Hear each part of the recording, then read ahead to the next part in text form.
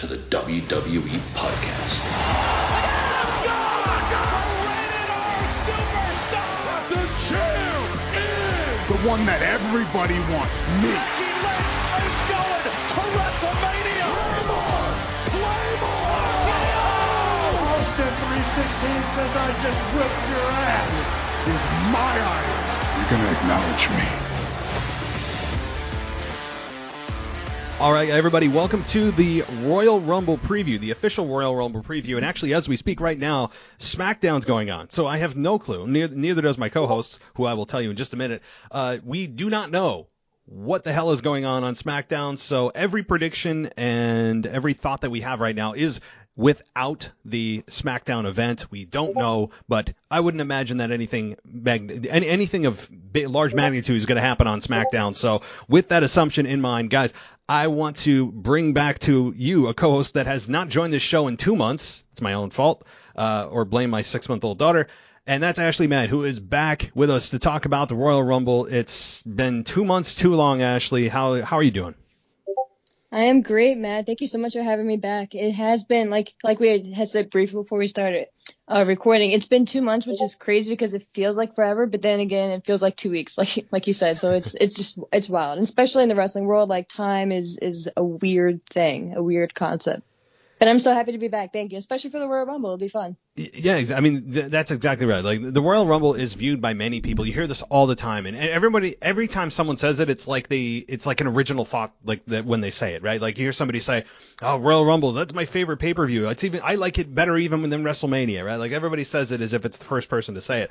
But it's true. I think a lot of people do believe and feel that way, that the Royal Rumble is a more fun pay-per-view. And I totally understand why, because this is a pay-per-view that usually delivers. It's a pay-per-view that, outside of a few rare exceptions like Batista winning the Rumble and Roman Reigns winning in 2015, generally they have a hit with the Royal Rumble, and particularly the Royal Rumble matches now. So this is a pay-per-view. It's so much fun. The countdown every few minutes where the crowd chants along, it's just, you never know when that buzzer hits who's coming out. And there's so many different things right now going into this pay-per-view. I've never gone into a pay-per-view where I have had this many possibilities. There are so many dozens of rabbit holes that you could go down. It's mind-boggling with things that are moving, people returning, forbidden doors being open. We can get into that.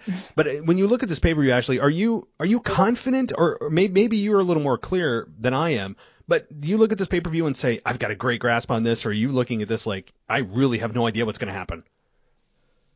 There's like a few, like maybe I'd rather say a couple things that I'm pretty certain on. I would say probably 99% on, but no, dude, like overall, I have no idea how they're really, like the Rumble matches themselves to me are the biggest question marks, probably this year more so than the past few years that I can remember.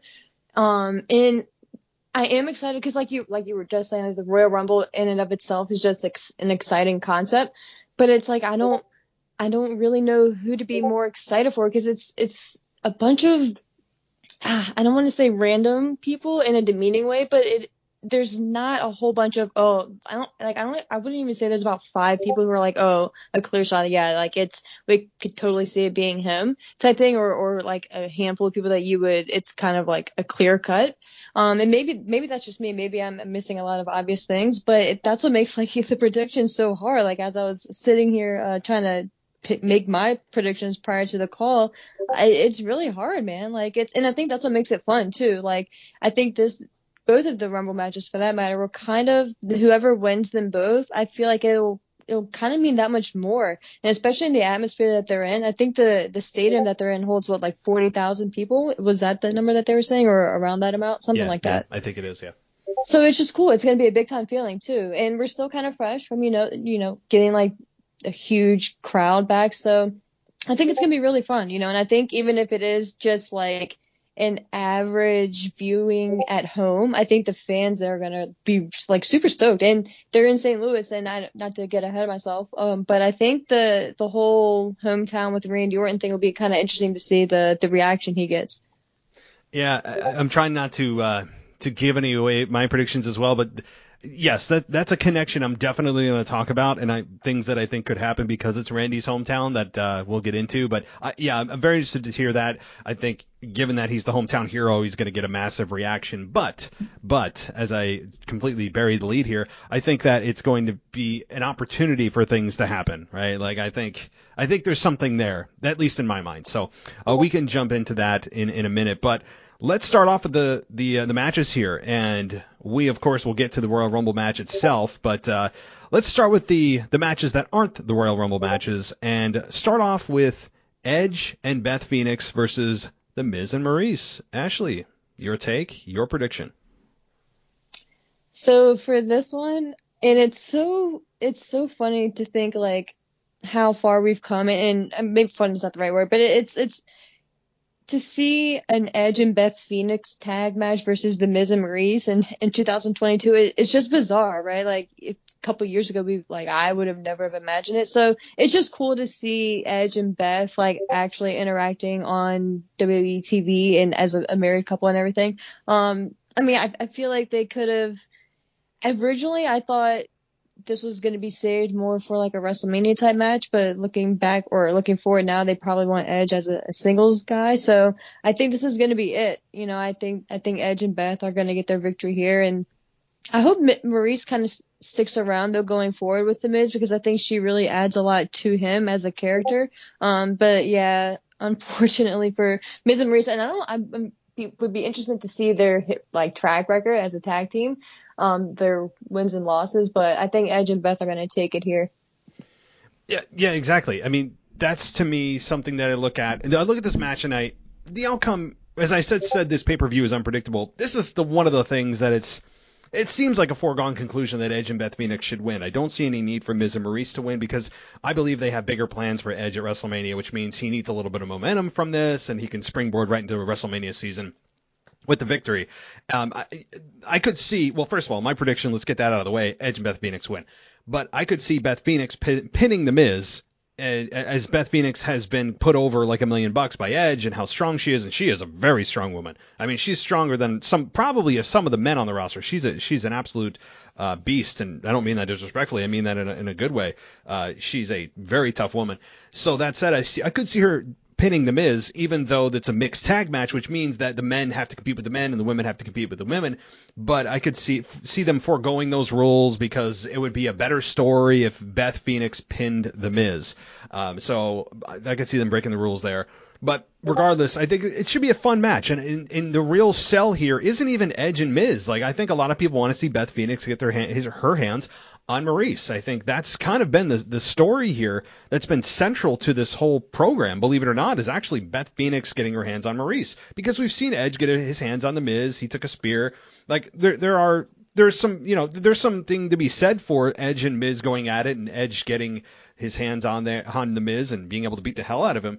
But I think the story here is Beth Phoenix, because Maurice for the last few weeks has been taunting her and then hitting her with a brick in a purse and all those things, which I think was brilliantly done. And Maurice was so perfect. It really was. And for all the things that Maurice can't do, which is like sometimes her French accent it doesn't translate perfectly well with the English language. At times she almost has like glitches in when she speaks because she doesn't find the right words to speak.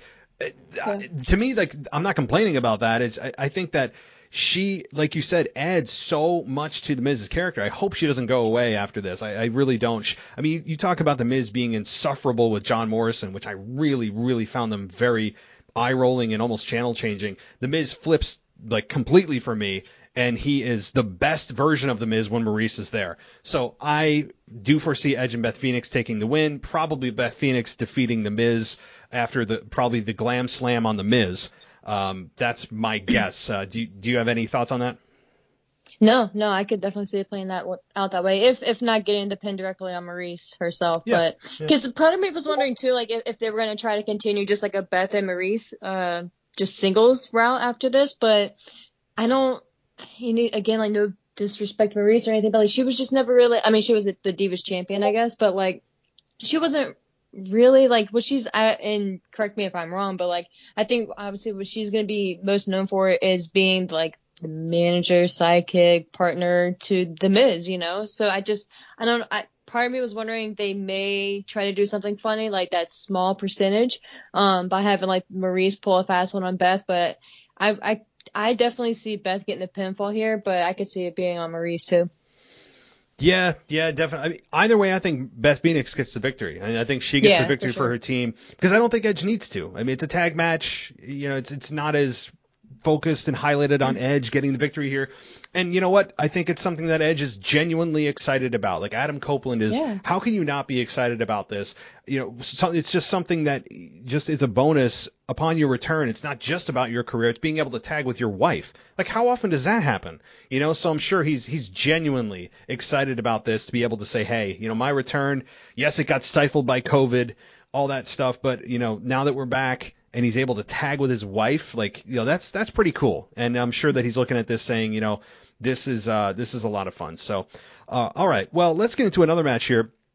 Another one that seems predictable. Honestly, probably the most predictable match on the entire card because after this, it goes into no man's land of predictions because there are it's mind-boggling. But let's get to the Raw Women's Championship match: Becky Lynch versus Doudrop. Let me just ask, is there any chance, Ashley, that Doudrop wins here? Stay right there. The WWE podcast will return after this quick break. Movies. Welcome back to the WWE podcast. Let's get back to more great wrestling audio.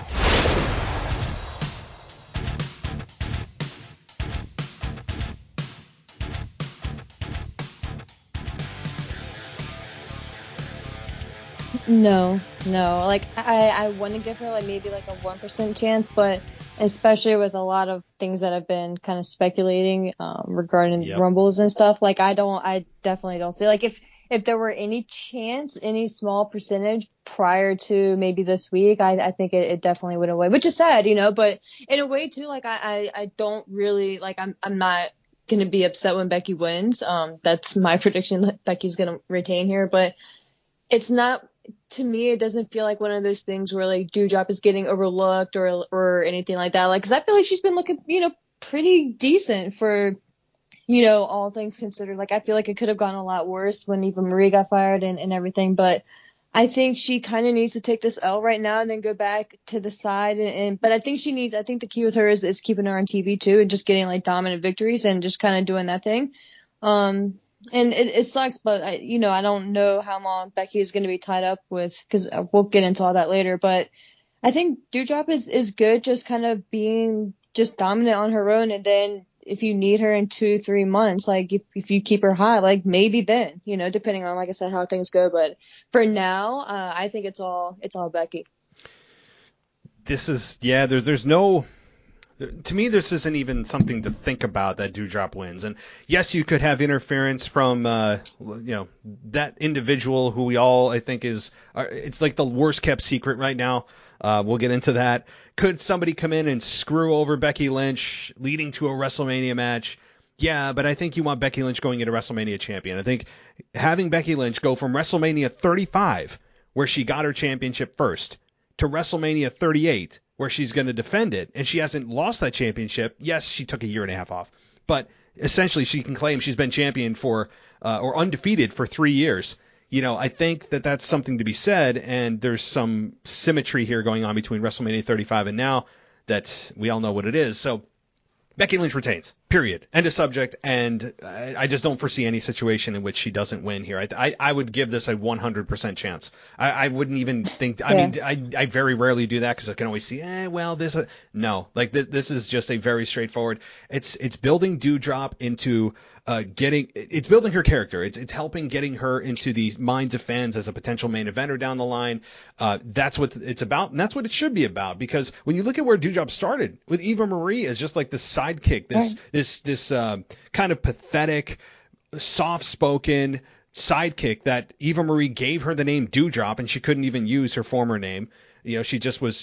People would speak for her. Eva Marie was. They've never explained why that happened. That relationship to now. I mean, she's one of the most improved women on the roster over the last 6 months. And so by far, her I like her promos. She's obviously got, from a physical standpoint, got an advantage. She looks different. That's an advantage. So I expect this to be a competitive match, but I don't foresee Doudrop. I mean, it's just zero chance. Anything else before we move on?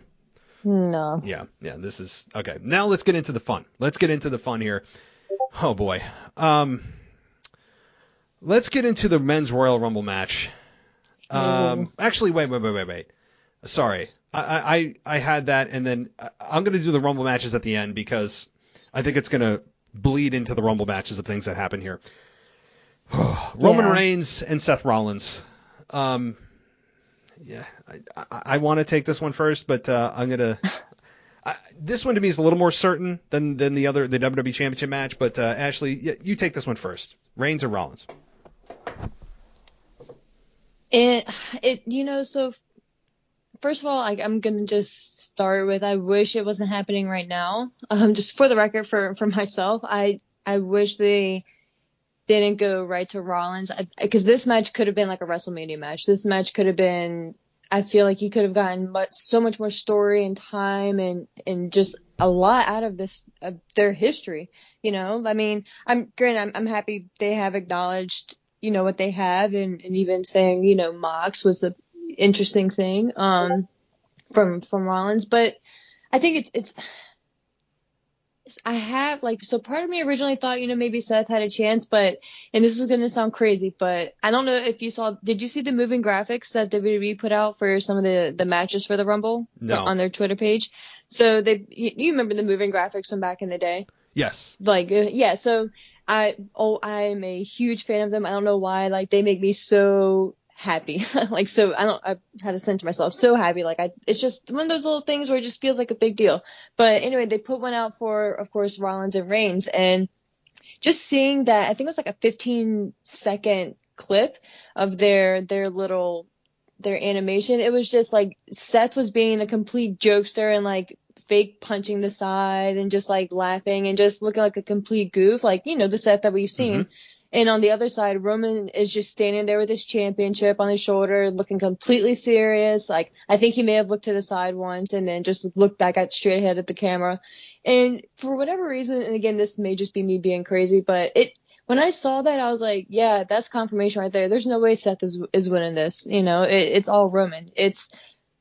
Part of me thought maybe there's a chance Seth can pull something out and then just have a whole cluster going forward with the title picture leading into Mania, but I don't know, man. And tell me if I'm crazy, but for whatever reason, seeing that little 15-second clip and just seeing Roman looks like a champion. Roman looks like a big deal. Roman looks like a star, So yeah, it's just not time. Roman's got to keep it. So yes, I'm in agreement. Roman Reigns retains. Now it's heel versus heel here, but I do believe that the crowd would probably lean towards Roman Reigns being cheered, given just how good he's been. I think there's that sign of respect. He's finally turned heel, which fans have been asking for forever. So I do believe the crowd, if they're forced to choose, are going to choose to cheer Roman Reigns. Believe it or not, I mean, because Seth is inherently unlikable, and that's credit to him as a heel. But I think the graphic is definitely something to look into, and I think that does help your case of Roman Reigns retaining. But also, like you just said, the biggest point to me is that Roman Reigns has done such a good job since August of 2020, since he returned as a heel, that having him not go into WrestleMania as champion, I think it would be a crime. I mean, you're a couple of months away now. Why would you not want to have your hottest thing going in the last 2 years going into WrestleMania as champion?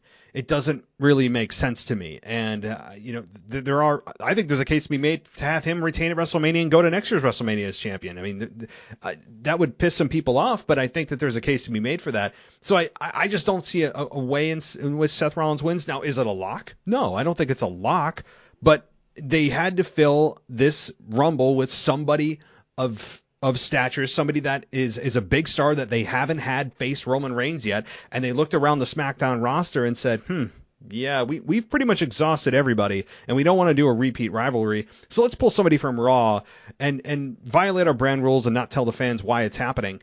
And that's what they did. They just looked around and they're like, all right, let's just look at the entire roster. And they pulled from Raw, which, like you said, I don't like that they went to this early. And yes, we've seen them fight so many times, but it does feel new because there's so much has happened since then. They're completely different. They're now. like, it's like Brock and Roman. Like they both feel that, yes, we've seen them at WrestleMania multiple times and at other big events, but yet it still feels different because they're in such different places. And same with Seth and Roman. And so I think this match is going to be excellent. I think it's going to be. I mean, it could be 4 out of 5 stars. Like it could be really, really good, and I do think it will be. There's no reason not to. But at the end of the day, I think Roman Reigns does retain. I think it is going to be clean that he beats Rollins because they have something bigger for Roman. It's going to be a very close fight. It's going to be a lot of near falls, probably a kick out of the stomp. That kind of stuff. But I expect Roman Reigns to retain. And like I said, clean. I don't think he's going to cheat to win. Do you see any kind of hocus pocus going on in this match? No, I kind of view this match as being pretty cut for like the Big E match with Roman and Big E. I feel like it's going to be a good, solid match, and Seth is going to look amazing. Like Seth, and that's the thing with Seth. Like he could be champion at any time, but just his character right now, just because of his in-ring work alone, right? But his character right now just it's not there, and Roman isn't the champion for Seth to beat. But yeah, like I think this is one of those things that they can kind of put on the back burner too, though, and come back to. So part of me did think that they may go with like a screwy type finish, but I think it's just going to be a solid 1, 2, 3 for Roman. Yeah, definitely. Yeah, I think it will be, and. Yeah, the whole brand split thing, like I've been ranting about that for weeks now, that they just completely disrespected. But the biggest crime beyond them violating their own brand rules and not even having the respect or dignity to explain to the fans why the hell it's happening, is that they have gone to this match at a time where they could have saved it, like you said, for a WrestleMania main event. And that is one thing. And plus they're both heels. It's not the best matchup when you have two heels. Like it's just weird. It does force the audience to choose a side, and I think WWE is going to be listening closely to see who they decide out of these two heels that they decide to cheer for, because you're forced to. I don't think with these two stars being as big as they are, fans are going to sit on their hands. I think it's going to be likely a Roman Reigns supported crowd, even though they're both heels. So. Yeah, I expect Roman Reigns to retain in a match that's going to be awesome. Like I'm really looking forward to it. So, all right. Brock Lesnar, Bobby Lashley. Let me take this one first. I think off the top here, I'm going with Bobby Lashley beating Brock Lesnar. I don't think Brock Lesnar was ever meant to have this championship for long. Yes, he proposed a championship versus championship match with Roman Reigns, and people are saying, oh, it could happen at WrestleMania. But here's the problem with that. If Brock Lesnar retains here and he goes to WrestleMania as champion, yeah, we have a couple pay-per-views in between, but typically when you win at the Rumble, you're going to hold it till WrestleMania. So with Brock Lesnar retaining, say he does, and he goes to WrestleMania to face Roman Reigns in a championship versus championship match, well, what does that mean exactly? Are we going to morph or unite the championships? Or are we going to just only have one world champion, or is it going to be like a Chris Jericho situation where he's carrying around 2 belts for 6 months? I mean, I don't think they would want to do that, because I think that it would kind of, in a way, say to the fans that the brand split is somewhat over. And while it is already kind of over in a lot of ways, I mean, they tell us, with the Survivor Series, it's the only time that SmackDown and Raw go head to head, and yet they do it. They're doing it right now with Seth Rollins and Roman Reigns. They do it at WrestleMania for special occasions. Like there's 100 examples. That's a bunch of nonsense. But I love really quick to cut you off on that point, but it's because I forget the exact verbiage that Michael Cole said, but he had mentioned that Seth appearing was due to being a Royal Rumble season, and that was why it was okay. Right. That's why we saw it. I'm just like, what the? That's right. Like what? I'm like, what? Yeah. I'm glad you brought that up, because okay, fine. They give that is the lamest excuse of all time. Like, So wait a minute. Was that in the draft? Was that mentioned in the draft rules, Michael? Did they say, well, Right. when Rumble season comes around, anything goes, no one cares. It's just anybody can come to our brand, doesn't matter. And it doesn't even Yeah. make sense why they would. Like, that's not what the Rumble is about. The Rumble isn't about any type of supremacy. It's about winning the Rumble to main event WrestleMania in a one-on-one match. Like, there's no Yeah. team about it. Yeah, Like, yeah, it's bizarre. It's so weird. And to be honest, this Rumble season has felt really weird. Not to get off topic, just one quick thing. Like, they haven't even really built the Royal Rumble matches themselves. No, I know. It's like they've ignored the Royal Rumble match. And everything has been about the birthday parties and edge cutting edge and all these other random things. Like what did the Alpha Academy do with RK Bro? They did the spelling bee. Yeah, some spelling bee. Like all these like weird things. I'm like, if you didn't know, you just stepped into this episode of Raw and you didn't know the date of the episode, you'd be like, I don't know what this pay-per-view is building towards. What this Raw is. Oh, yeah. It's just so weird. I've never had a Rumble season where they just ignore the match itself. But, and I don't even feel like we've gotten like a full like the Rumble by the numbers or that video that they always That's a play good as like video. 2 or 3. Yeah, and I look forward to it, but they beat you over the head with it. Because they normally start airing that like at least like 3 weeks off from the Rumble. And then, like, of course, there's all the shows that they have now. But I always enjoy it because each year they add and they tweak it. It's the same concept, but they add, more statistics or whatever. So I don't even feel like we've really gotten that a lot. I feel like, I may have missed it, but No. I just feel like it was more prominent in prior years than this year. Because that's a big thing, that it's all about the numbers. Yes, and yes, they play it every year, and normally I complain, it's the same, but no, this is a good video. Like you said, they update it with like Santino Marella taking the Warlord's record for being eliminated the fastest by Kane, or Austin winning 3 Royal Rumbles. He still is the holder of that, or Kane having the most eliminations until, of course, Roman Reigns ended up taking over that record. I love how they update that, and I don't know, it's just like they're taking away the match that the pay-per-view's named after. It's so weird. And I should say Premier Live Event. It's not a pay-per-view anymore. But which that language is going to take a long time to get out of me. Like pay-per-view just slides off the tongue. But so yeah, speaking of video packages with Brock and Bobby, going back to the match here, I actually think that the video package that they showed last week on Raw was better to build this program than they have been building it for when they've even been face to face. Like if they just showed me that video package, that's all I'd need to want to see this match.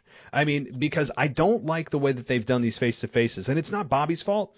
It's the way that Brock Lesnar's character has been portrayed, where he's pretending not to know who Bobby is in kind of a heelish way, saying, Bobby who? You're a Brock Lesnar wannabe. Why are they taking this approach? Like, it's, to me, if you're going to build this, it's so stupid. And I'm a Brock Lesnar fan, but I don't like this because not only is Brock's a babyface and he's acting heelish, so there's, is he turning heel? Bobby's babyface. That's a separate conversation. To me, it's the bigger picture is this is taking away from the importance of the match. You're taking away why fans should be invested. If one of the competitors is acting just arrogant and pretending not to know who the other competitor is, how is that better than him taking it seriously and getting in the face of Bobby saying that I've waited 20 years for this and all that? Like, why? It's the worst approach you could possibly have for Brock Lesnar. Yeah, and this is one of those matches where they literally didn't even have to do the most. They could have just done the very least. They could have had 1 or 2 face-to-face interactions, and I was actually very excited to see them face-to-face for that first promo segment that they had, to see what they were going to say, and to see that it was actually going to be Bobby and Brock talking and not just MVP and Heyman for them, to see them actually talking in this version of Brock just being more vocal. Like, I was super excited for it, and I hated that segment from Brock's point of view or from Brock's standpoint, because like you just said, he completely downplayed, and I get it, right? And especially from Lesnar, like his whole thing is he's very to himself. He doesn't know the rules, and I guess I should say to his credit, or maybe to his defense, like he has played his character as not really being in touch with anything. He literally just shows up, does what Heyman tells him to do, tries to win the championship most of the time he does, and then goes back home to wherever home is at the time, whether he's here or in Canada, So, because I thought back, like the perfect thing is the Money in the Bank when he won the briefcase. He didn't realize that he had a whole year to cash it in. Well, that's one of the most base, like, that's like bullet point number one. Yeah. You know, like you have your time frame to cash it in and just the whole, I don't know. So, like, I get it coming from Lesnar, but you could have just very well had Lashley gone out there and started off the promo and really dominated the conversation and played up the hype to it, and then just had Lesnar say one or two words, you know, like, and have Lesnar just kind of like embrace his silence, you know, like go back to that for one night, you know, just kind of go back to that old version of Brock. But I don't know, like I don't hate this version of Brock, and like, but it was just something about that promo that just really kind of turned me off. And I don't know, like, I just feel like they literally, like, they didn't really have to do much at all. Like, this match sells itself.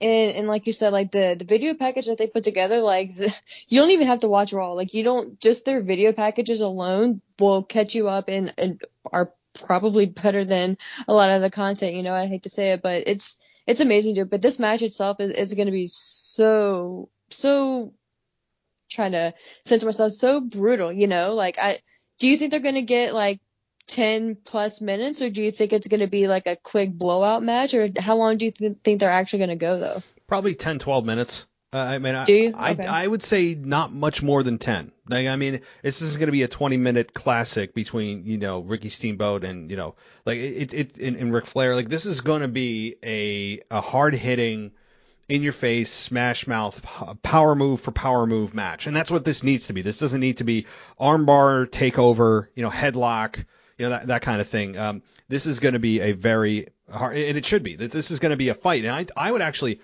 I'm going to be looking closely to see if there's any little real elements here. And not that they have any real animosity for one another, but they have been paralleling each other's careers, although obviously Brock Lesnar has been a much bigger star and had more success. But their body types, their what they've done, both have been in MMA. I think that I'm just going to be looking for some real elements here of actual amateur wrestling and maybe a little UFC. You know, like I'm watching this because there is some actual competitiveness, I believe, between both, especially on Bobby's side.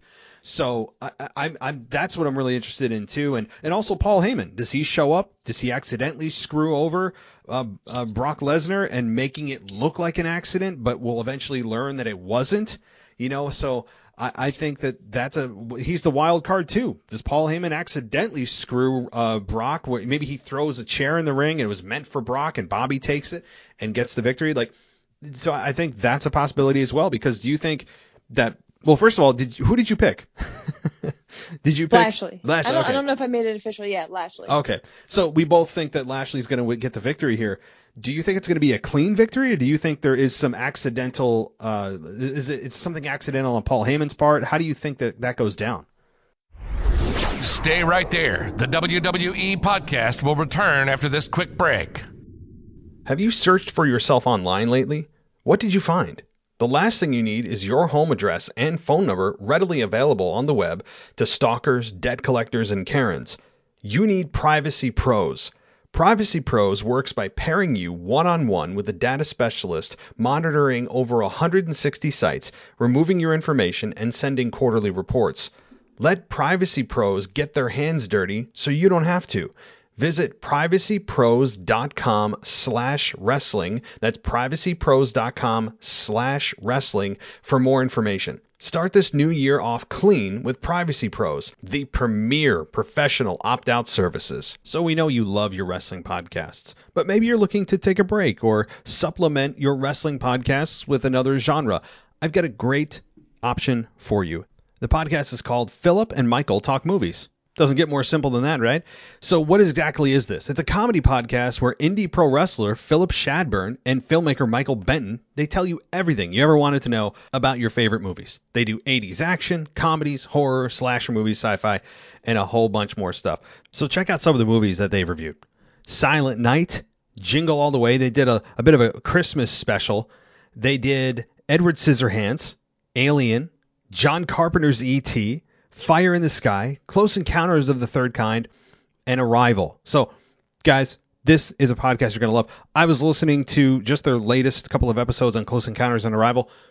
I was laughing out loud. I mean, they are just such a dynamic duo. They have a great chemistry. The audio is second to none. They have a 4.9 rating on Apple Podcasts. That's impossible. I mean, that is impossible. Guys, we have like a 4.1, all right? They're kicking our ass. They've got a 4.9 rating on Apple Podcasts. It's nearly impossible to do. So that tells you the quality of this podcast. And if you want to just get away, you're a movie aficionado, and you love kind of 80s and slashers and things, check out Philip and Michael Talk Movies. They also have a Patreon page if you're interested at patreon.com/PMTM. So you can go support them there. Of course, they're available nearly everywhere you have podcasts as well. So check out Philip and Michael Talk Movies. Welcome back to the WWE Podcast. Let's get back to more great wrestling audio.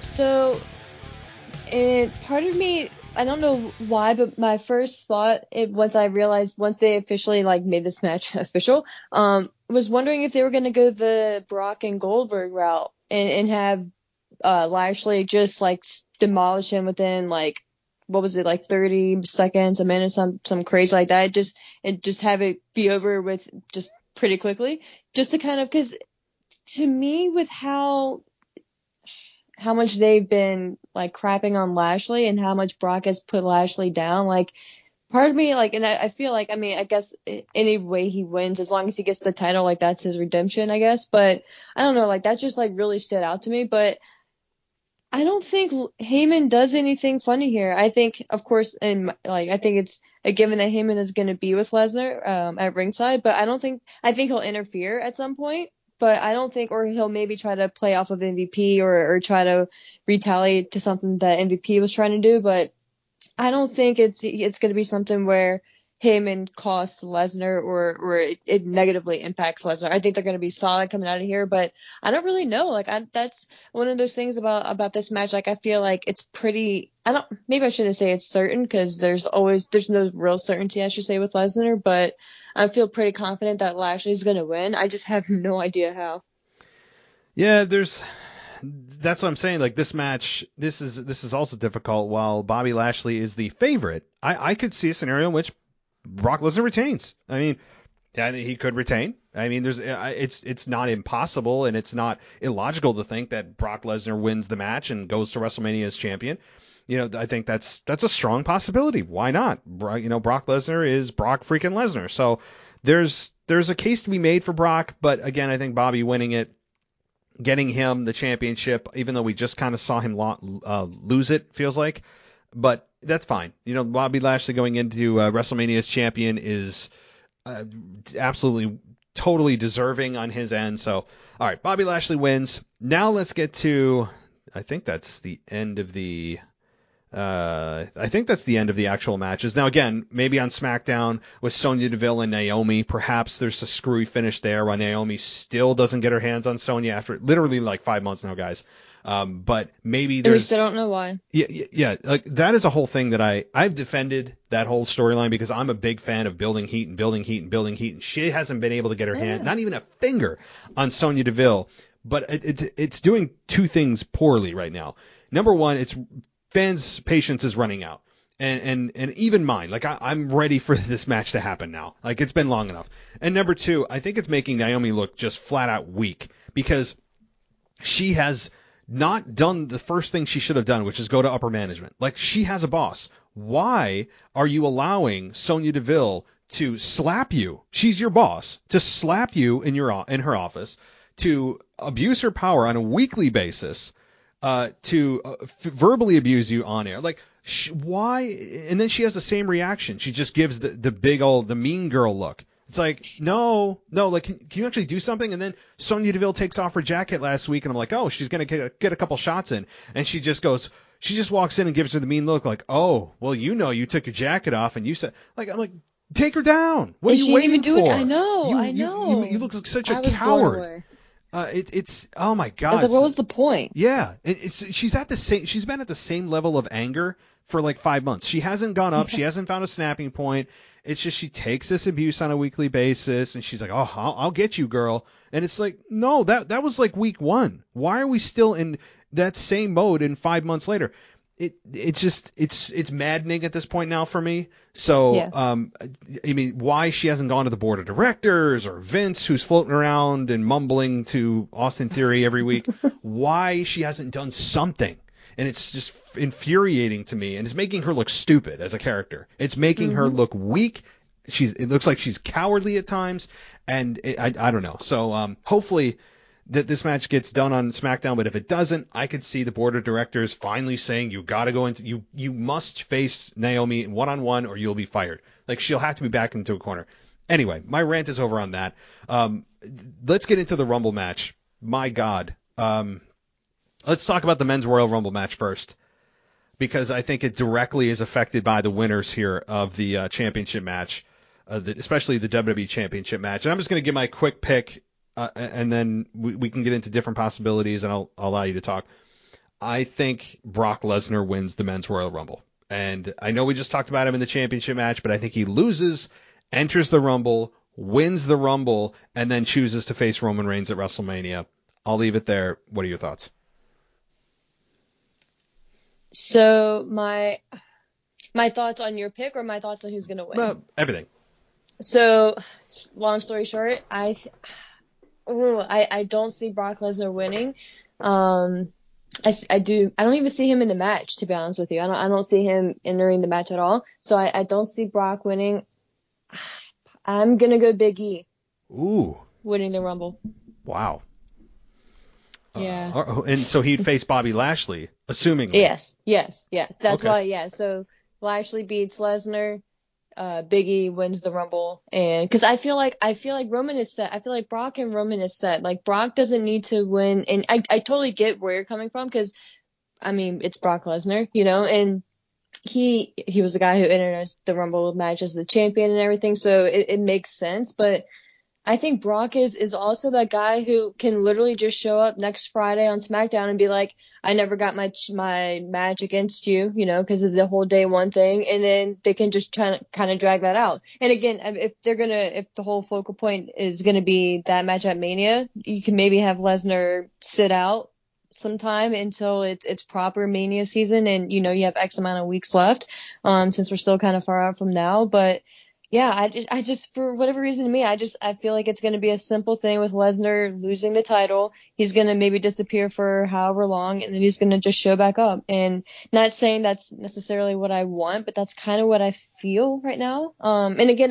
maybe not completely disappearing after tomorrow, but maybe showing up, for another week or two and then disappearing or whatever. But I don't know. Like, I don't see Lesnar winning here, because I feel like this year in particular, the Rumble match needs to go to someone who needs it. And I think the Raw show itself and the Raw Championship needs it more than SmackDown does. So that's like the main reason, I think, too, that kind of plays into it. But yeah, I feel like Lashley needs a good opponent. And maybe I'm crazy for thinking they're going to go Big E, but because they may try to put Edge in the title match or whatever. But yeah, I for whatever reason, I just feel like they're going to go Big E.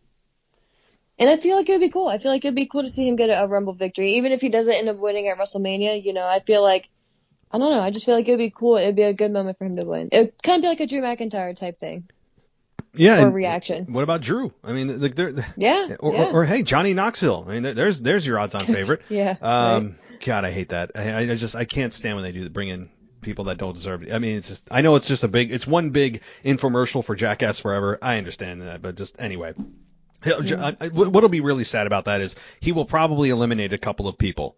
That's going to be the worst part of it. And it's like Vince is 20 years late to the party here. Like, Jackass was cool 20 years ago. Like, when I was in high school, people it was like, oh, you see those idiots in shopping carts trying to, like, it was like cool for like, a short period of time. And now you're bringing back this old man who used to do these self-harming actions. And now we're supposed to feel that, oh wow, Vince is up to date. He's got his finger on the pulse of like, come on. I will say I didn't even realize Jackass was still around until he showed up on. I legit had no idea. So they did like, I guess, I mean, I'm not gonna watch it still, but I mean, they did like Clue. I don't know. But see, that's the thing too. Like, And it's a completely different audience, I feel like, nowadays, especially. Well, he brought in Bad Bunny, and I really, last year, I never heard of Bad Bunny until they brought him in. True, yeah. Never, Me ever, too. ever, I never ever. heard of him And I either. really don't think we'll ever see a celebrity appearance that outperforms like Bad Bunny did ever. Oh, I mean, no, I he was amazing. hated him as a character, but damn, he put his work in, and Yes. credit to him. But Johnny Knoxville's probably sitting there, sitting there with like a car battery hooked up to his, well, yeah. I mean, he's probably not training at all. I mean, like he outside of maybe getting the basics in at the performance center or something, he's probably not really putting too much work into this. And I hope it doesn't lead to some WrestleMania match. I'm really hoping it doesn't. And the problem is I can see it happening where they feel like, what they did with Bad Bunny worked last year from Rumble to Mania. I don't know. So anyway, back to reality. This is going to be this match is going to be fun. And the reason I also think Brock is going to be a part of this is that it would be later in the night, because I think they're going to get the championship matches done right away, and the men's match will be done at the other end of the pay-per-view. So I don't think fans would be as angry if Brock Lesnar shows up again, even because it'd be a couple of hours before they see him again. So that's the way I think they'll structure it. But also because Brock Lesnar could have some really cool moments with like people like Omos, because Omos is going to come in at a point when the ring has like 15 people in it, and he's going to be the one to come in and just start tossing bodies over the ropes. And imagine if he clears everybody out, and then you hear Brock Lesnar's music, and he comes down to the ring and faces Omos, right? Like moments like that where it's not a match with these two. And I don't want to see them in a match yet because I think Omos is not quite ready. But that visual of Omos and Brock Lesnar standing, face to face would be really cool. Also Drew McIntyre, if he's a part of it, there's some history there. So while Brock, if he enters, I think he's going to win. But if he doesn't, at least you have those moments too. And WWE's all about the moments. So that's another thing I think that they'd be missing out on if Brock didn't re-enter or put himself into the Rumble. Plus, all you have to do is declare it. I mean, so all he has to do is just like maybe tweet it out, say, I declare him in the Rumble, and you're in. It also begs the question, why wouldn't the Rumble already be set with 30 participants prior to the match actually happening? Do they just hope somebody fills the last spot or two? I mean, it's, I don't know. But the one thing I'll say, whoever wins the Rumble for the men and women, I'm going to put out a challenge to them. The challenge is, do not point at any signs when you win. I knew just you were gonna say it. stand there. Just stand there, and you can pose for the hard cam. You can do your thing. Do anything but point at the WrestleMania sign. I'm putting out that challenge. I just, to me, I know it's a small thing, but it's just when I see that every year, it's a reminder of what I'm watching is not particularly real. You know what I mean? Do you think that they would get in trouble? Like, let's just say Brock wins. We'll go with him. Do you think that, well, first of all, like, I can't even picture, I mean, maybe Brock pointing to the sign, God, but maybe Brock isn't a good one. Let's say Big E. We'll go Big E, because Big E, it's Big E. Do you think if he didn't point to the sign, like, let's just say he just refused to point to the sign, do you think he would actually get in trouble for that? I think Vince would probably rip him a new one, but I don't think he'd be fined or suspended or anything. But he'd be like reamed out. Like, what are you doing, man? Like, like, you could hear it backstage where he, cuss every other word. And again, hopefully if he does that, they can put subtitles under him, because I don't know what Vince says half the time. I've said that, like, I have no clue what Vince is saying anymore. He's just this old man mumbling at this point. It's really sad. Pal. Like, I mean, like, every 4 words I get, I'm like, I think he said this word. Like, Vince, enunciate your words. What the hell's going on? I mean, it's just, he's getting old. That's all. But so that's my challenge to those out there.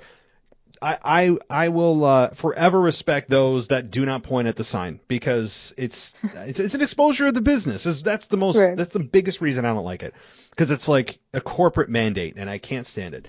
But I know I'm probably wrong. But if Brock Lesnar did it, I don't think anyone would say anything. Like, if Brock Lesnar wins and he's like, you know what, F this, I'm going to stand. I'm not pointing to the sign.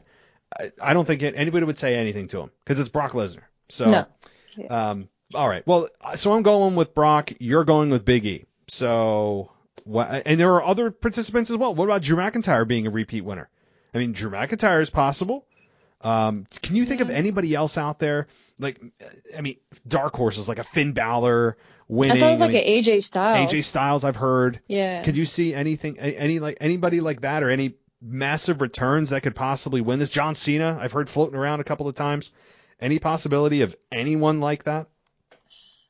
No, and that's the thing, like, in that it's a weird thing, this, especially the men's match. Like, I'm not, like, I'm still looking forward to it, and I'm still kind of excited to watch it, but it's not like anyone is like, I'm like grabbing at anyone in particular to win this thing, and that's what's hard with kind of making like a prediction. It's like, I don't feel like there's one or even two like obvious ones. Maybe Brock should be one, and maybe I'm just like completely off, but like, I think there's just so many people who, like, to be honest, like, I really, like, in previous years wouldn't see winning, but like at this point, like, and that's why I feel like they have to have someone win for the Raw side, because like, I don't know what else they would do, if it went to SmackDown. So that's why I was kind of leaning that way. But I don't know, like, part of me, like I was saying earlier, wouldn't necessarily be shocked if Randy Orton won. Even I think this would be his, third or maybe even fourth Royal Rumble win, the match itself. Yeah. So I don't know if they would want to pull the trigger on that yet, but with it being his hometown, like, it's kind of like a perfect storm, I could kind of see it, and I don't know, like, I could kind of see them going the Lashley Orton route. Yeah, I don't know though. To me, like, I don't think there's anyone else obvious, but like, I feel like if they're set on Brock and Roman and they feel like they may need help, maybe getting an opponent set up for Lashley or the Raw side, maybe that's why they go with like a Big E, or maybe an Edge. Maybe Edge enters the Rumble and maybe he wins again, but I don't know. I don't see anyone else obvious. This is really tough. This men's Royal Rumble match is really difficult, and we're honestly, we're both probably wrong. I mean, there's somebody maybe that they're also thinking of that we're not, and something that's completely obvious. Yeah, exactly. And you're gonna come out and go, oh, duh, right? Like, and we're both gonna feel stupid.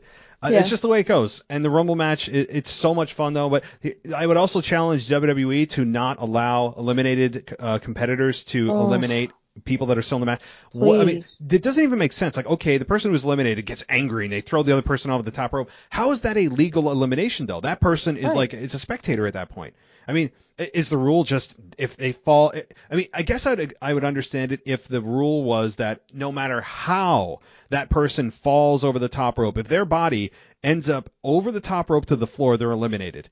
If that's not a part of the rules, then how can somebody who's eliminate somebody that's still an active competitor? But we're going to see it. I can guarantee you that.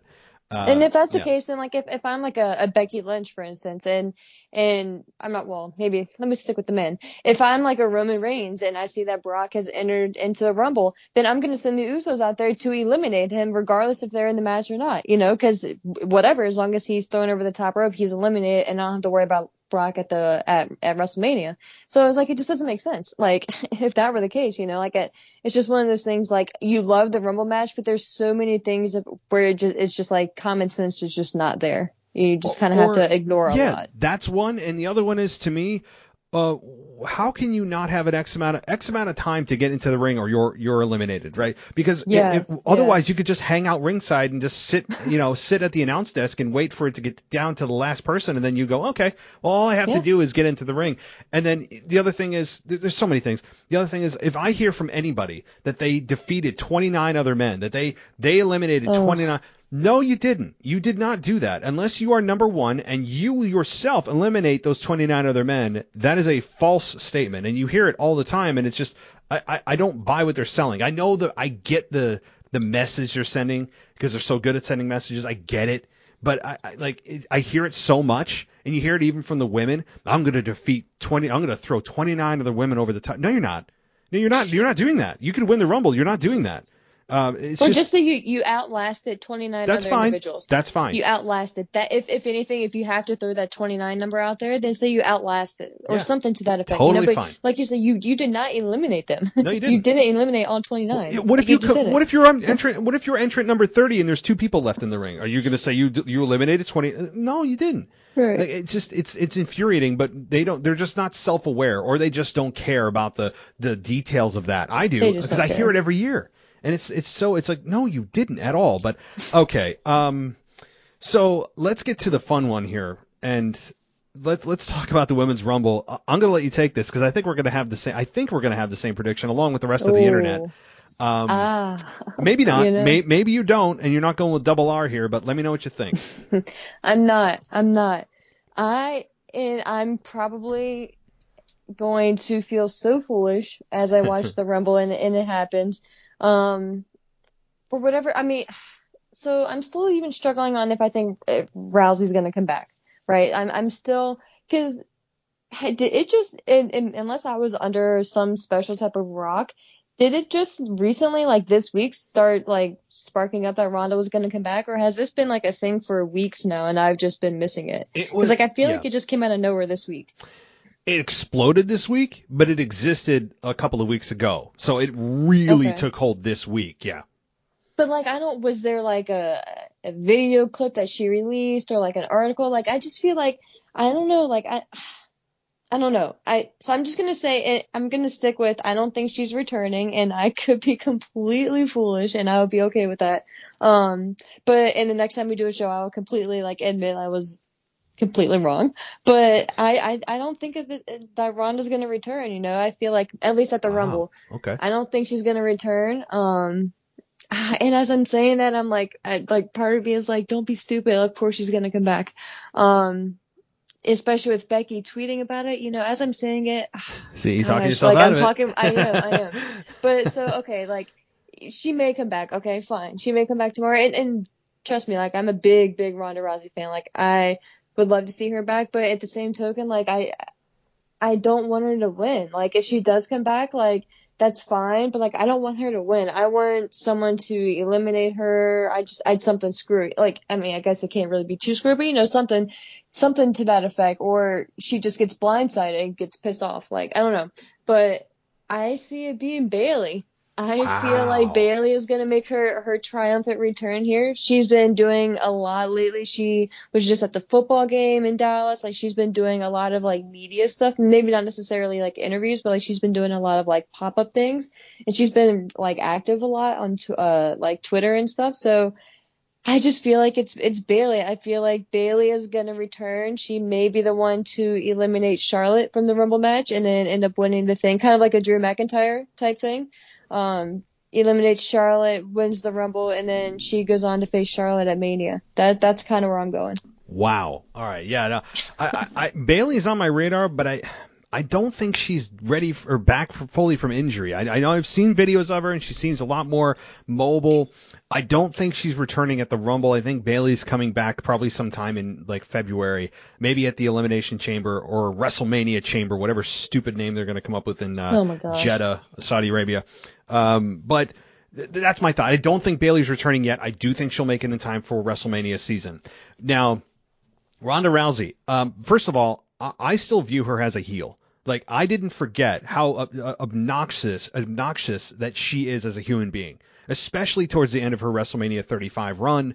And then all the stuff she said on social media afterwards about, you know, exposing the business, whether that was real or not, I didn't like it. All this, she did a bunch of crap on social media afterwards, like trolling the fans about being marks for wrestling. Like, it felt like she, just because she knew a few insider words that it was just kind of insulting. Yeah, she is. I don't care if it's if that truly is all the work. I don't care. I don't like it. I'm taking it for this. You're just a really a self-obsessed human being. I mean, she is a narcissist to the core. She just is. Now that said, I think that would make an excellent heel. I think Ronda Rousey as a heel is way better than Ronda Rousey as a babyface, and I think it would be. Now, I don't think the crowd would react that way, because in person they're going to look at this and go, "Whoa, we're in person for a Ronda Rousey return! Yay, let's cheer for her." So I think that any of the bad feelings they had for her probably go away if they hear that buzzer and you see Ronda Rousey come out. They're just going to cheer because they're in person. It's exciting. It's a big star. So I do think Ronda Rousey returns. Sorry, guys, this is not an interesting prediction, but I do think she wins the thing because it sets up the nice Ronda Rousey versus Becky Lynch return match, and hopefully this time it's one-on-one. We don't get a Charlotte third wheel this time. Return to that one-on-one format. Could you imagine? Oh my God.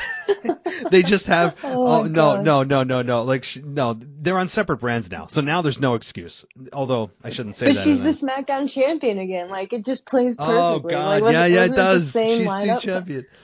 It was just Ronda was the women's champion going forward. Oh my going in God. No, It was the please. same thing. Please don't put that out in the universe. gosh. That That would be hilarious just for the outrage alone. Yeah, you know what? As outrageous as that is, I could see it in the realm of possibility of like, can you guys imagine how awesome was that match the last time? Imagine if we did it again. You know, and you can hear that crap. I don't think they have the brass to do it because Charlotte is doing an excellent job on SmackDown. I think she's got her own story going, probably with Alexa Bliss, who I think is going to be a part of the Royal Rumble. I think Alexa Bliss is returning at the Royal Rumble. I do see that as well. I think that she's going to be involved with Alexa at WrestleMania, and then Ronda and Becky are one-on-one at WrestleMania. So, beyond that, I mean, you do have your odds-on favorite of the legend Summer Rae. So you do have that. I know that I'm that's the elephant in the room. I'm so remiss of myself. How can I forget? Yeah, I mean, it's just she's such a big star that she clouds your mind. And I mean, you talk about the Hall of Fame and you talk about the Mount Rushmore of specifically women's wrestling. I mean, that's who you think of. She's number one. I mean, she's the first one. It's not even debatable. Like Summer Rae is just who? No, God, it's yeah. Summer Rae and then or maybe the Bella Twins. Like they're Yeah. also up there. And sadly, they're a part of the Rumble. I know there's some Bella Twins fans out there. I'm not one. Okay, Bella Twins. I know that they actually wrestled where in an era where it was still sexualizing women. I get that, but in general, WWE had to pull from the well of yesteryear to get into to get to that magic 30 number. I don't even know if they're still going to get to that 30. I would imagine they do, but they really have to struggle every year. They have to bring in Lita, which maybe she'll face Charlotte at WrestleMania. That's still on the table. They're bringing in Lita. They're bringing in not Molly Holly. They're bringing in Mickie James. So they're bringing in people that they have to really. They're trying to meet that 30 number, which again, they're exposing their own lack of depth in the women's division by having to pull like 10 people that they did to themselves. Yeah, it's really. I mean, it's almost insulting to the women's division that they don't have enough women to get to that 30 number. And, I know what they're trying to do. They're trying to put them on equal footing with the men, which is totally fine. But then make it legit. Don't try to fill it with these artificial slots of yesterday's stars that have zero chance of winning. It's and that needs to be year round too. So if you can't just, especially with the women's division, because you already don't have the depth before you went on your firing spree, right? Like even putting even if we go back in time, like a year ago, like you still like the women's division isn't going to have the depth that the men's does. So you have to kind of, whether you want to or not, for times like the Royal Rumble, when you need a specific amount of females, like it just shows like you just gutted it yourself, and it can't just be a focus one time a year, because then you're scrambling, and it is obvious, like I was never under the whole forbidden door thing with WWE perspective. I viewed it as just like you said, like they were kind of, and I don't want to say desperate in the derogatory term for the talent, because the talent that they got are legends, like your Litas and your Mickie James, like those individuals, but like it just shows a lot, it shows a lot. It does. And when I looked at the numbers, I mean, I came up with about a third of the entrants in the Women's Royal Rumble are stars from 10 years ago, right? They're not even active weekly competitors. They're people that have moved on into other areas. That won't be there the following year. Yeah, like a third. It may not be exactly 33%, but it's close. It's really close. I think it is about nearly 10 out of the 30 are 33. Yeah, I mean seriously. So that's the problem I have. And if you're in the women's division, you kind of have to look at this and say, what the hell? I mean, how do you not have enough women to put into this Rumble? Why not use it as an opportunity to introduce new stars? Yeah, they're not going to win, but bring them in from NXT. right? Like bring them in from even if they're trainees. This is not a match that requires a ton of skill. All you have to do is learn how to get thrown over the top rope safely. You don't have a whole lot of spotlight on you, but it's a great way to get introduced to the fans. So why not do it? Even if you just started out in NXT or they have prospects, or I don't know. So instead they go to the well and try to pull from the Ruthless Aggression Star Power era, which still was not a great era for the women. It was heading in the right direction, but the women were still objectified to some degree, and the Divas Championship, as we all know, was a complete joke. So, I don't know. Outside of this, okay, let me go circle back. I don't think there's a whole lot of possibility of anyone else winning other than Ronda Rousey, possibly Alexa Bliss. I mean, you do have Alexa Bliss out there. Shayna Baszler, I think, is a dark horse. Charlotte Flair is also a part of the Royal Rumble, don't forget. Because they have to add champions to the match because they don't have enough women. So even if you're competing that night, you're in the Rumble. They have Michelle McCool, Kelly, Brie Bella, Nikki, so Aaliyah. So there really aren't a whole lot of women that could potentially win this match. I think we pretty much covered it with Ronda Rousey. And who's your pick again? Bayley. Sorry, yes, Bayley. Who isn't? Yeah, I don't believe she's ready to go, but it's maybe possible. It's wishful thinking. Yeah. It's probably wishful thinking. Yeah. And actually, wait a minute. I got a spoiler from SmackDown. Unfortunately, I'm on Wikipedia because Wikipedia actually has this updated. Dang. They gave two huge names entered into the Women's Royal Rumble. So I won't. Do you want me to tell you or not tell you? Yeah. No, go for it. Okay. So on SmackDown, it was just announced that both Sonya Deville and Sasha Banks are part of the Women's Royal Rumble. So, oh wow, while I don't think Sonya Deville is going to be a part of the possible winners, Sasha Banks is back in. See that might throw a wrench in things. Yeah, I think. Does that change your opinion? I'm going to stick by my guns. I'm going to still say Ronda Rousey, but that's a strong candidate.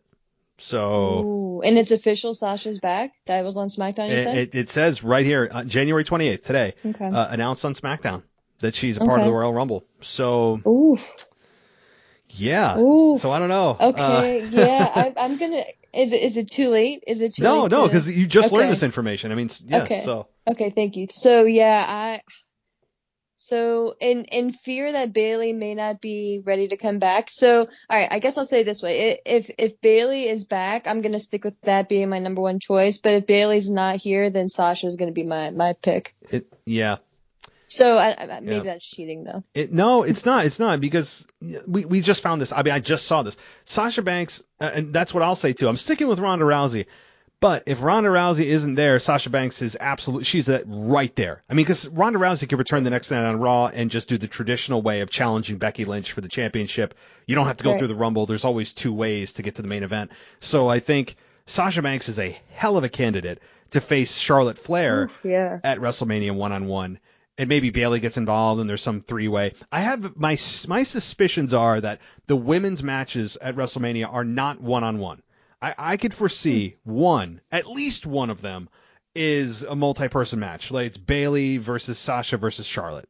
I could absolutely see that being the SmackDown Women's main event. And on Raw, it should be Ronda versus Becky, but maybe they throw that third person in. Maybe it's Bianca Belair. I think maybe they'd probably throw Bianca Belair in there somewhere. I mean, don't forget Bianca's a huge candidate too, and they're trying to make her into a potential multi-time winner. Bianca's a hell of a candidate too, but I don't think it's big of a star she is that she wins it. But we could have 2 3-ways for the women's championship matches on both brands. I mean, I can see that happening. Sorry guys, I'm a big fan of one-on-one, but I think there's a strong possibility. So okay, now let's get to Forbidden Door. Do you have any thoughts on if it's true? If it's true, who that could be? Have you given it any thought? I've heard Jon Moxley. I've heard Braun Strowman. Do you have any, or do you not think it's going to happen? Do you think this is all just a bunch of nonsense? So I I don't think it's going to be anyone from AEW. I'll start with that, just kind of eliminate all of them. I don't see that happening right now. Maybe in like a alternate universe, I could see something crazy with like a Jericho showing up, but like I don't think, especially with him being in his storyline now, like maybe if he wasn't doing anything currently on their TV show, like maybe, but I don't know. I don't see anyone from AEW coming over at all. The only thing that I could see that may be kind of wild would be like a Matt Cardona coming back in his like Zack Ryder form, just for the ironic part of it, just because of like, especially with him and like his GCW type, like with Impact he's more of like a good guy type, but GCW for sure, like he's like that obnoxious, like, you know, bad guy. So like part of me just to kind of get more like, you know, quote heat. So when he goes back on the indie scenes, it's, you know, like, I don't know, like I could see him wanting to do that just to kind of play up on like on the outside. But I don't know, like even with that, like I would say maybe that's like maybe like a 10 or 15% chance that I would give that. But outside of that, no, like I don't really see anyone shocking making a return or even like a one night thing. What about you? I would love, honestly, like if I had my fantasy pick of who this could be. Now this person isn't going to win. Whoever this Forbidden Door person is a one-off. It's a one-off to get people talking, to get eyeballs on the product, to go, oh my God, WWE did what?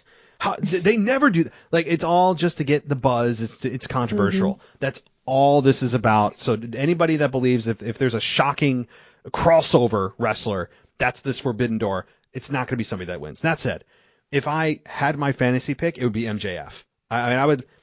To me, my gosh. MJF and maybe the Miz is in the middle of the ring or something as part of the competitive. I was just gonna say. Like that to me, because MJF is constantly being compared to Miz, and he's always just hammering the Miz on social media. Like I would love to see that, like MJF come in the ring and do that. Yeah, that would be my fantasy pick. That would be amazing. MJF, yes. I mean, God, the reaction the crowd would have, I think would be otherworldly. And yes, the MJF is one of the best heels in the entire industry right now, but he would get a monster pop. Yes. And so that said, though, I don't think AEW would restrict it. I don't think their contracts are written the way WWE's contracts are for their talent. I think that they wouldn't do it out of respect for the company, because the company is exactly what WWE isn't, not all the time, but that's what they're built on. Is they're there because they don't want to deal with the way WWE does business. That they don't like the culture, that they're there for the exact reason that WWE exists. They're the anti-WWE in some ways. So I think that even an MJF who's a heel that goes there, I think a lot of talent view this as undermining what AEW is built on and why they exist to begin with. So exactly. Yeah, that's the problem I have with AEW talent, is that this is still a new company. And I think it would really hurt, especially from a fan's perspective. They would say, "Man, I'm so loyal to AEW, and now, yeah, they're going over to WWE for a night, but it makes me feel like I'm watching a fraudulent product." And it's like, why do they feel like it's important enough to go to a WWE show? You know what I mean? Exactly. There's no WWE talent going to an AEW show. So why do they have to show up? That's exactly it. Yes, to me, it would go beyond heel heat. Like MJF is already a heel, but I think yes, he would get booed on the show, but it would dig deeper into a real level where fans of AEW and only AEW would look at it and go, I've been supporting a fraudulent product. Like that's how I think of talent coming over. As awesome as that would be, if MJF comes out, I'm gonna mark out. Like dude, in like a fantasy world, like you said, oh my gosh, yes. Mm-hmm, what? Mm-hmm. So the second his music hit would be just earth shattering. God, and just to see what the crowd, it would. Yes. Yeah. See, I'm not. It's not going to happen. I'd give it a 99% chance of it not happening. And I was originally on board for Moxley, Jericho, or even MJF. When I first heard it, I'm like, oh, I could see that happening.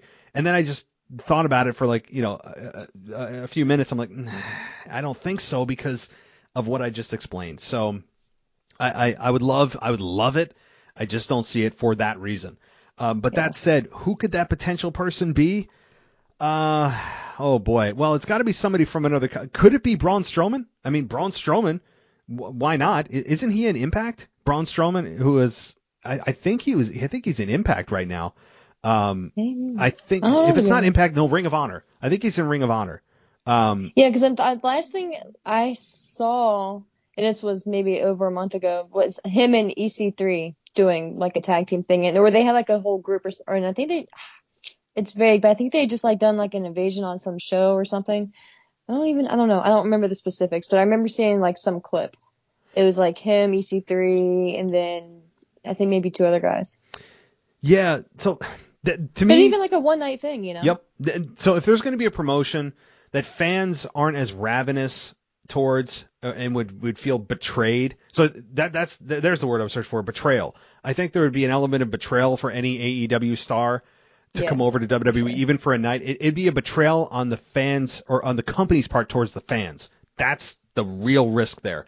So a lot of people are choosing Moxley and Jericho and things, and again, very unlikely. No. But if it's going to I be think Moxley is like the least. Yeah, well, it'd be awesome, especially right now. And actually, for sure. Renee Young said that the fans' minds would melt, quote unquote. The fans' minds would melt. She said obviously she doesn't know, which is a bunch of nonsense. Of course she does, but she's not going to reveal anything.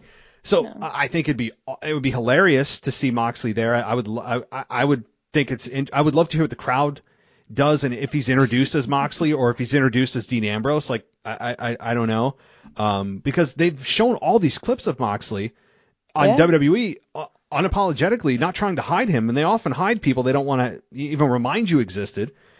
So even Seth mentioned Mox by name on Raw. Yeah. So there's a case to be made, but I don't think at the end of the day it's going to be. I think it's going to be somebody like a Braun Strowman that comes in from a smaller promotion that the fans can go, well, it's good exposure for the for our brand. Like I think fans would appreciate it, whereas fans of AEW look at AEW way different. So that's what I think. I think it's probably a Braun Strowman or somebody from Ring of Honor or Impact that was previously a WWE star. That's what I think. What do you have an official Forbidden Door pick? Or possibilities, or just like general statements about it? Because it's really, Yeah, I'm gonna say no. I would love, like, there's like probably 5 that we could go on and on about that I would love to see, but in reality, like, I don't see them doing anything outside of the box this year, and I hope I'm wrong. Like I so hope I'm wrong, but like maybe my choice, like if there is one for whatever reason, my pick would be Matt Cardona or Zack Ryder. Like I feel like who he is right now, character-wise, like it would just play up that so much. So I would for whatever reason, like I would just put like a little bit of money on him, just for a one night thing, and then be done, But really quick, could you possibly see the Fiend or any version of Bray Wyatt, just for one night? There's another name I didn't think about, or I saw and I didn't really think about if it's real. Just saying Braun Strowman made me think of him. I don't think so, because I think that I don't think Bray Wyatt would want to himself, or I forget his real name. Wyndham. Wyndham, isn't it his real name? Yeah. So I don't think that he would, for his own mental health, as he's still, I guess, trying. Oh, that's true. Yeah, that's right, I think mentally he's checked out, and I don't think he'd want to dive back into a place that. Again, we don't know the full story of why he left. We still don't know all the ins and outs. I think that put him maybe back in a bad place. Maybe. I don't think it would happen, because the fans would want to see him back on a regular basis, not just for a one-off. I don't think so. But there may not be a Forbidden Door pick at all. Maybe this is all just WWE sending out the rumors for rumors' sake and leak these things on purpose. But I don't think so. Do you think Bray Wyatt's even a possibility, the Fiend? No, maybe like a 2 or 3% chance, but that would be just even then, like I wouldn't even be confident on that. But just like thinking about like Braun Strowman, maybe think of the Fiend, and but I completely forgot like how they parted ways with the whole, and the possibility of what he went through. So yeah, it's probably not likely at all, at least this year. How about The Rock? He wins and faces Roman. I mean, that's still floating around too. That would be wild. I would lose my mind. No, sadly, I don't think so. I don't think this is the year. But that's kind of why, like you had mentioned earlier, really briefly, like you wouldn't even be upset, if Roman retained this year and went on to Mania next year as the champion without losing it at all. And I agree with you there. Like I don't, unless it's someone that's completely obvious and someone that like really is like earth shattering, like and it, like, oh my gosh, like you got to put the rocket on him and go in that direction. Like I don't see why you have to take it off Roman at all until it's absolutely necessary, which is wild for me to sit here and think of that I'm saying about Roman. Just thinking back like 2-3 years ago, but yeah, like I don't keep it on him as long as you need to, but I don't, and if The Rock is the end point, then so be it. But I don't think this is the year for that either. I think we would have had more signs if so. I mean, well, the golden egg could be it. I mean, maybe. Oh, well, I was about to say, maybe maybe the golden egg was it, Yeah, that was it. Oh gosh. I want to get into. I mean, that is just Vince McMahon being back for Austin Theory on a weekly basis is just. It's one of the more perplexing things. Like Vince McMahon is one of the biggest heel characters of all time. He's the chairman, and he's back for Austin Theory, which is not really working anyway. Like he could just be doing selfies, getting heat as it is, and he's just being berated and being tortured backstage by Vince for what? I don't know. It doesn't and make the thing it. that God. Yeah, and the thing that Vince said about his mother, like how he would like deface Austin and just like mutilate him or whatever the verbiage he said was, and then take a picture of it and send it to his mother or something to that effect. I was like, what am I listening to right now? Like, Vince is. I was like, this is absurd. It's. I don't even. I don't. Every time I see this, I'm like, there's got to be something big I'm missing here. Like, what's the payoff? Yeah. Exactly. What the hell? I was Where like, are I think we I going? missed a segment. I had to have missed something. Yeah, when they started this at Survivor Series, I'm like, oh, this is The Rock, because we all thought at Survivor Series, it's the 25th anniversary of The Rock. He's coming out. It's going to be Roman Rock, and we're going to build for the next few months. And nope, it was just Austin Theory who took with Vince McMahon just. Yeah, the whole thing it's almost as bad as Retribution at this point. Like, what is this? So anyway, back to the Rumble. Yeah, look, kind of wrapping things up here.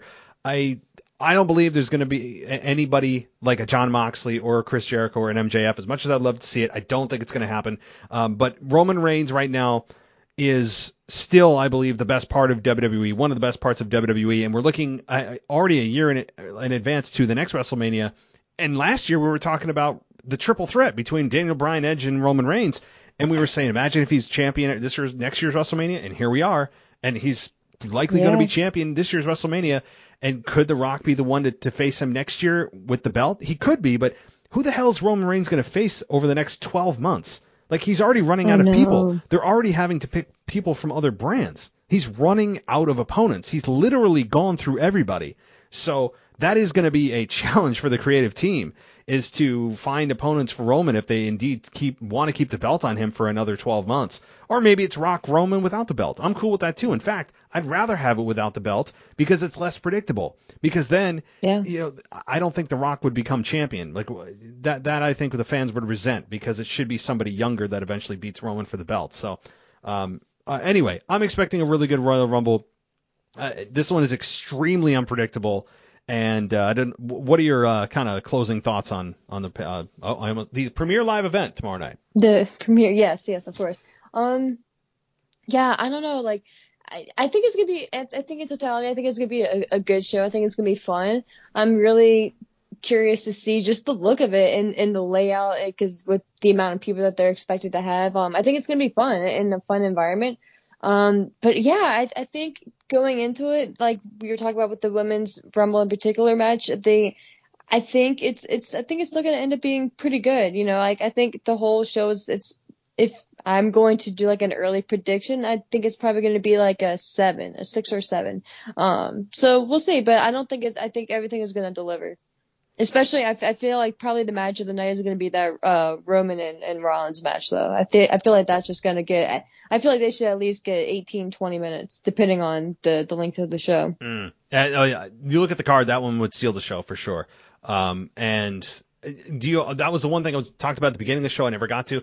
Do you see Matt Riddle turning on Randy here and maybe eliminating Randy? Because they don't actually have do they actually have an official match? I didn't see on the card that they had an official match for the tag team championship. So That said, I didn't see it. So yeah, I don't think so. Do you see Matt Riddle potentially turning heel on Randy? It's in Randy's hometown. So having Randy turn heel, number one is we've seen Randy turn heel more times than we can count. Plus, it's in his hometown. The hometown crowd's not going to want to boo the hometown hero.